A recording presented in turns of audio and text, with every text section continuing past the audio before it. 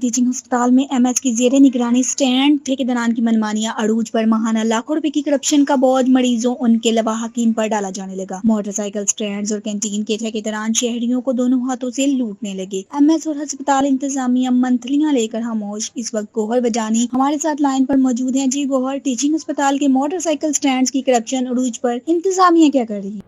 جی بالکل، وزیر اعلیٰ پنجاب سردار عثمان احمد خان بزدار کے اپنے ہی ضلع کے سب سے بڑے ہاسپٹل میں ایم ایس کی زیر نگرانی یہ چور بازاری شروع ہے۔ ایم ایس کی زیر نگرانی یہ جو ٹھیکیدار ہیں ان کی منمانیاں عروج پر ہیں۔ مریضوں اور ان سے ملنے کے لیے آنے والے لواحقین جن کا واسطہ سائیکل سٹینڈ سے پڑتا ہے تو واضح طور پر سائیکل سٹینڈ کی پرچی پر بھی لکھا ہوا موجود ہے کہ موٹر سائیکل کھڑی کرنے کی فیس 10 روپے ہے، مگر افسوس سے کہنا پڑ رہا ہے کہ واضح طور پر سریعام ان سے 20 روپے چارج کیے جا رہے ہیں، اور یہ سارا کچھ جو ہے نا ایم ایس کی چھتری تلے ہو رہا ہے۔ بالکل انہیں اس بات کا ہمارے ذرائع نے بتایا کہ علم بھی ہے اور وہ منتھلیاں بھی لیتے ہیں، جس وجہ سے انہوں نے ٹھیکیداروں کو کھلی چھٹی دے رکھی ہے کہ وہ جس طرح سے چاہیں لوگوں کو لوٹتے رہیں۔ اس کے علاوہ کینٹین میں جو کھانے کا معیار ہے وہ بالکل زیرو ہے، اور پنجاب فوڈ اتھارٹی والے وہاں چکر نہیں لگاتے ہیں، مرضی کا کھانا بنا رہے ہیں، وہ کھانے کے قابل بھی نہیں ہے، مضر صحت کھانا بنایا جا رہا ہے، اس کے باوجود بھی کوئی ایکشن لینے والا نہیں ہے۔ انتظامیہ خاموش تماشائی بنی ہوئی ہے، کیونکہ انتظامیہ والے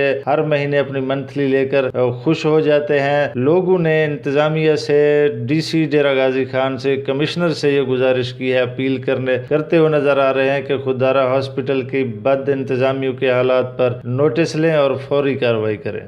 جی